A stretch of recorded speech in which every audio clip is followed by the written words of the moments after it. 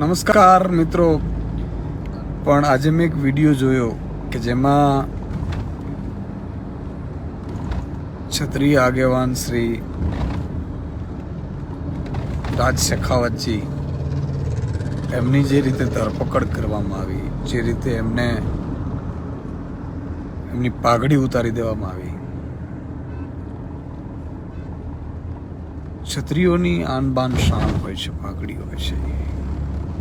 અને એના કરતાં બીજી મોટી વાત તો એ છે કે તમારામાં, તમારી પોલીસમાં એટલી બધી તાકાત હોય ભાજપવાળાને. મારે કહેવું છે તો પછી ડ્રગ્સ પકડાણો તો 21,000 કરોડનો એનો જે આરોપી હતો ને, એ પોલીસ જાપ્તામાંથી તમે ભગાડી દીધો, એવું હું કહીશ.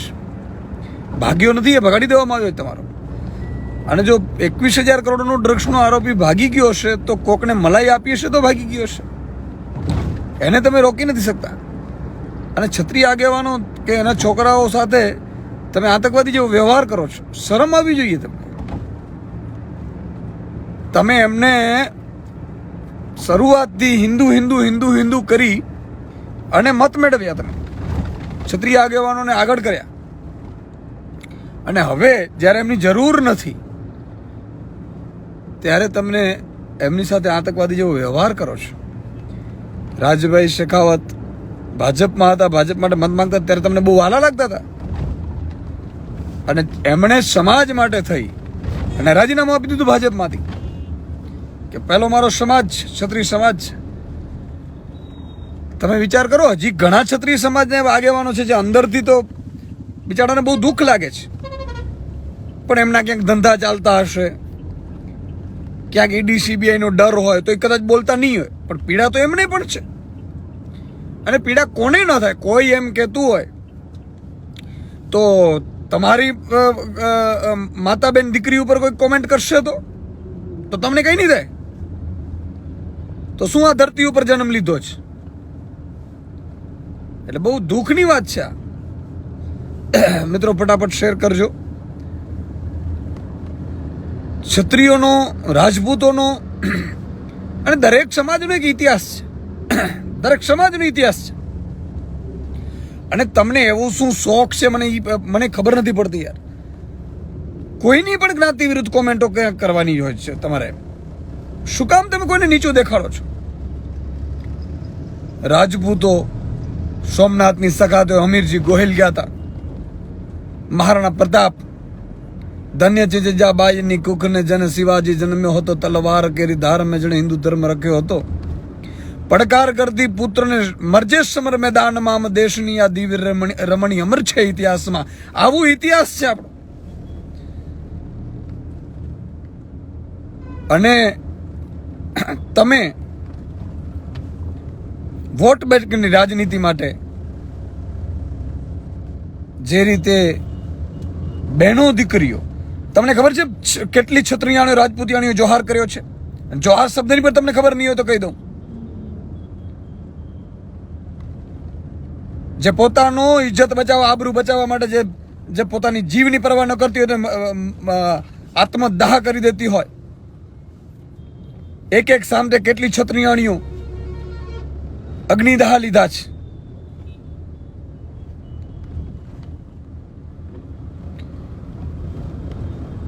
બહુ દુઃખ થાય. અને દુઃખ વધારે ત્યારે થાય કે જ્યારે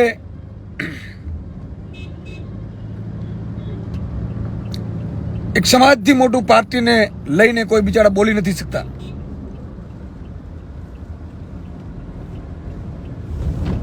ઘણા લોકો એવો પ્રયાસ કર્યો, આ લોકોની આમ તો ફિતરત છે સમાજને ઝઘડાવી મારવાની, એવો પ્રયાસ કર્યો કે પટેલ વર્સિસ ક્ષત્રિય કરીએ. પટેલ સમાજની દીકરીઓ પર, માતાબેન દીકરીઓને અમદાવાદમાં સીસીટીવીમાં છે, આજે પણ વિડીયો છે, બહેનો દીકરીઓને કાઢીને પોલીસે માર્યા હતા. ત્યારે આજ બધા આગેવાનો હતા, ચૂપ બેઠા હતા બધા. આ પટેલોના પણ નથી.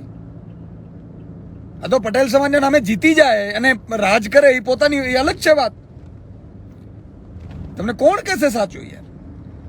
એ જ દીકરીઓ હતી જેમને પટેલ સમાજની દીકરીઓ ઉપર લાઠી વરસાવતા હતા, એમની ગાડીઓ તોડી નાખતા હતા, માતાબેન દીકરીઓને ઘરમાંથી કાઢીને મારતા હતા. હમણાં રબારી સમાજની માતાબેન દીકરીઓને જે રીતે પરેશાન કરવામાં આવ્યું હતું કાયદો લઈને ગાયોનો, ભાજપે કોઈ સમાજને મૂક્યો નથી, પણ ભાજપ પાસે એક નવી સ્ટાઇલ બહુ ખૂબ સારી છે. જે જ્ઞાતિનો આગેવાનની હાલતું હોય એને પાર્ટીમાં રાખી લે, પછી પાર્ટીનું બની જાય, સમાજનો ન રહીએ. માન લો કોઈને દેસાઈ સમાજ, રબારી સમાજ નારાજ હતો એટલે એકને રાજ્યસભા મોકલી દે, પછી એક કાર્યક્રમ કરાવે અને કાર્યક્રમ નામે પછી મત લઈ લે, પછી બોલાવડાવી દે પેલો લાયસન્સ વાળી રાજ, અને વાડામાંથી ભરીને ગાયો લઈ ગયા. આટલી નિમ્ન કક્ષાની. તમે વિચાર કરો, લોહાણા સમાજનો આગેવાન ડોક્ટર ચગ, જેમની હત્યા કરી નાખવામાં આવી, એક પણ લોહાણા સમાજને બહાર નહોતો નીકળવા દીધું ભાજપે. પછી ઘણા લોકોએ પાર્ટીથી ઉપર થઈ અને એને આવેદનો આપ્યા, એ જ સાંસદને ટિકિટ ફરી મળી જ. કોઈ લોહાણા સમાજને બોલવા નહીં દે, તરત જ ક્યાંક પાર્ટી મોટી છે. એટલે પાર્ટીમાં દેશ વેચાઈ ગયો છે. આજે મત તો તમારે જેને આપવું એને આપજો, કંઈ વાંધો નથી, પણ સવાલ એ છે કે અત્યાર સુધી આપણે કર્યું શું?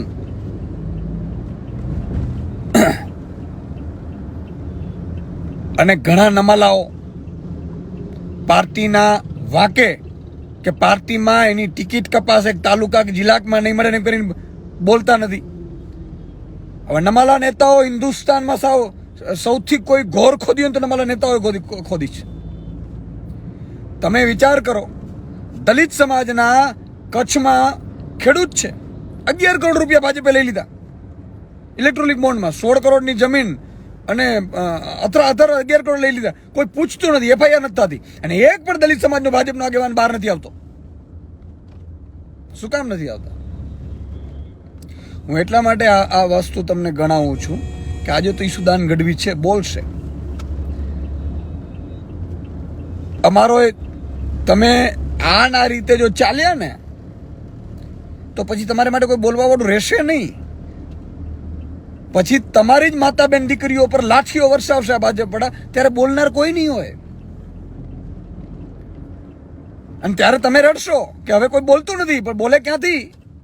જ્યારે બીજાના ઘર ઉપર પથરા ફેંકાતા ત્યારે તમે રાજી થાઓ છો. આજે માત્ર છત્રી સમાજ લડે છે. કેમ ભાઈ? માતાબેન દીકરીઓ ઉપર ટિપ્પણી થઈ છે, ભાજપના નેતાએ કરી છે. તમામ સમાજે સાથ આપવું જોઈએ.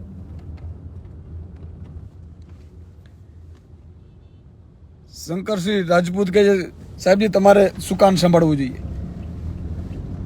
આપણે તો ક્યાં ગમે છે, આપણે તો હરાવી દે છે આ ઉપર ઉભાડીને. ખેડૂત સમાજ છે, કર્મચારી સમાજ છે, એમ કરીને આપણે તો નીકળ્યા હતા રાજનીતિમાં કૂદી. હાલો ભાઈ, કાંઈ આ લોકોની સિસ્ટમ બદલવા આપણે રાજનીતિમાં આવવું પડશે. રાજનીતિમાં આવ્યા, ન્યાય દલાલિયાઓની ફોજ છે બધી. કોણ તમારા માટે બોલશે? યુવરાજસિંહ જાડેજાને અંદર નાખ્યું, કયા છત્રી આગેવાન બોલ્યા હતા? અને જ્યારે યુવરાજસિંહ પેપર ફોડતા હતા, પેપર જે ફોડવાની વિગતો બહાર લાવતા હતા, ત્યારે તો તમે હરક પદુડે થઈને આપણે કહેતા હતા કે આપણે આગેવાન છે. સાચું તમને નહીં ગમે, પણ હકીકત એ છે. મિત્રો, વધારે શેર કરજો. દુઃખ એ વાતનો છે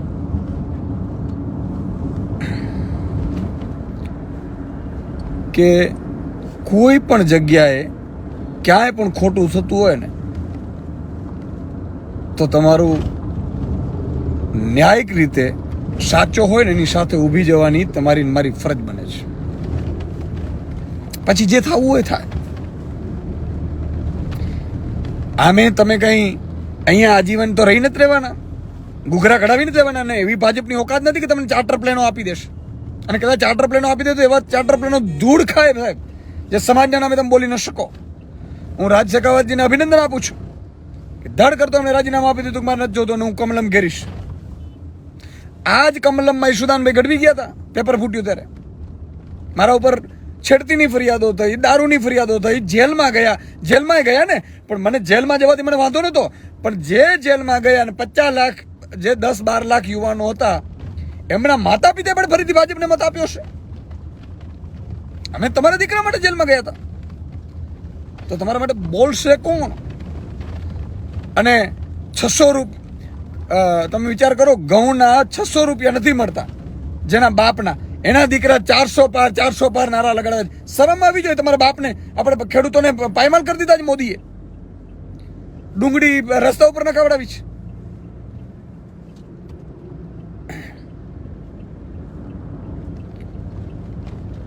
હું એટલા માટે તમને કહું છું કે આજે નહીં જાગો ને તો કાલે પસ્તાવાનો વારો નહીં આવે. પછી તો ચૂંટણીઓ આવશે તો આવશે, નહીં તો નહીં આવે, ના પડ દેશે. અને પછી તમારા જ ઘરે આવીને પોલીસો લાઠીચાર્જ કરશે. ત્યારે તમે કહેશો કે હું તો પાર્ટીનો, એટલે પાર્ટીનો નીકળ, કોઈ પાર્ટીનો નથી હોતો. આજ શેખાવત સાહેબ જ્યારે ભાજપ માટે પ્રચાર કરે ત્યારે ભાજપને ગમતું હતું. આજે જ્યારે એમણે કીધું કે કમલમમાં આવીશ ભાઈ અને ટિપ્પણીને લઈને, તો એને એરપોર્ટથી ઉપાડી લેવામાં આવ્યું. ત્યાં તમારી પોલીસ બહુ એક્ટિવ થઈ જાય છે. અને ડ્રગ્સ કેસમાં 20,000 કરોડ 21,000 કરોડ ડ્રગ્સ પકડાણો, એમાં તમે પકડી નથી શક્યા કોઈને. એના પછી કેટલા ડ્રગ્સ પકડાણા? મિત્રો, આ એટલા માટે કહું છું, મિત્રો વધારે વધારે શેર કરજો, જેથી વધુમાં વધુ લોકો આપણી સાથે જોડાઈ શકે. મહેશભાઈ પરમાર કે છે જનતાને ભોગવવું છે સુદાનભાઈ. હા, પણ પછી તો શું કરશે? તમે એક હદથી વધુ કોઈને જાગૃત નથી કરી શકાતા. આંખો જ બંધ કરી લેવી હોય, બરાબર છે. આજે માન લો કે હું ગોંડલથી તે દિવસે આવ્યો હતો ને 2-3 કિલોમીટરની લાઈન હોય ને એ જ ખેડૂત 3 કિલોમીટર લાઈનમાં જાય, ઊભો રહીએ, ભાવ ન મળે ને પછી ભાજપના કમળને બટન દબાવે, તો એમાં પછી તમારું મારું કોઈ સારું ન કરી શકે છે.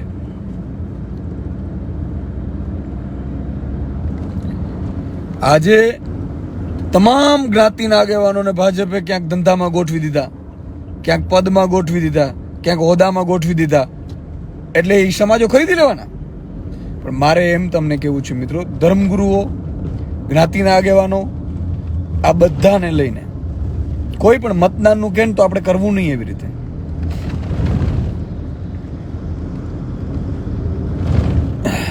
રસિકભાઈ કે જીસુદાનભાઈ વિસાવદરની ચૂંટણી, મહેશભાઈ પરમાર કે અંગ્રેજો થઈ ગયા છે. હજી નથી થયા. 400 પાર જો કદાચ ભૂલથી પણ આવી ગઈ ને તો ભૂલી જાજો સાહેબ. હા, અને આજ ભાજપના કાર્યકર્તાઓ જે સ્ટેટસ લખીને બેઠા હોય કે નારા લગાડતા હોય, યાદ રાખજો જ્યારે એમનો પરિવાર આપઘાત કરવાના સમય આવશે ને, તોય આ લોકો તમારું સાંભળશે નહીં. આ મારું વિડીયો રેકોર્ડ કરીને રાખી લેજો. આ તાનાશાહી છે. અને નેતાઓને કાંઈ ફરક નથી પડતો. નેતા પાર્ટી બદલીને પોતાનું કરી લેશે સાહેબ. હા, અને તમે અમે પાર્ટી બદલે છે ને અમે લઈને ચૂંટાવીને બધું કરી જ લો છો તો કઈ વાંધો નહીં. નેતા તમે હમણાં જોયું હશે, મોટા મોટા નેતાઓ પાર્ટી તો હું કામ ન કરે સાહેબ. બધા અમારા જેવા મૂર્ખ થોડા હોય કે સંઘર્ષનો રસ્તો પસંદ કરીને તમારા માટે લડે છે સચ્ચાઈના રસ્તે.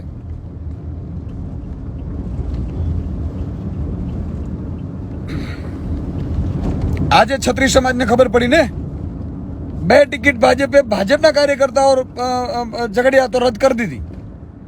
કેમ છત્રી સમાજ કહે છે 1 ટિકિટ રદ કેમ નથી કરતા? કરોડો છત્રી સમાજ છે, આખા ભારતમાં છે. અને રાજનાથસિંહ ની કેવી હાલત કરી છે આપણે જોઈએ છે સૌ.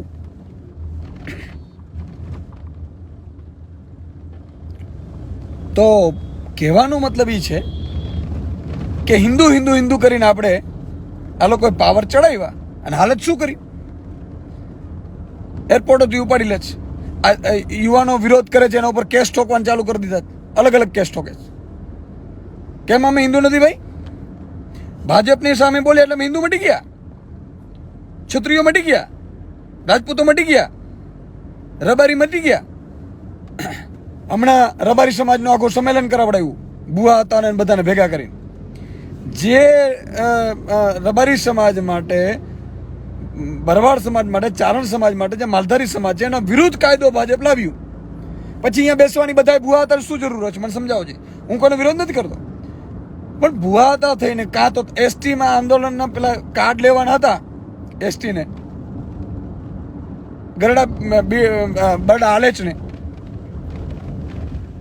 આજ ભુવાતાઓ આંદોલન ઉપર ઉતર્યા હતા. શું થયું એનું? શું થયું? અને પછી એ જ કાંઈ ન થાય છતાંય ફરીથી પાછા ભાજપને મત આપવાનું અપીલ કરે તો ભાજપને કરાવડે. તો આપણે કરવું શું? આ હું સત્ય તમને કહીશ, નહીં ગમે તમને, મને ખબર છે. તો મિત્રો સવાલ એ છે, વધારે વધારે શેર કરજો જેથી લોકો આપણી સાથે જોડાઈ શકે.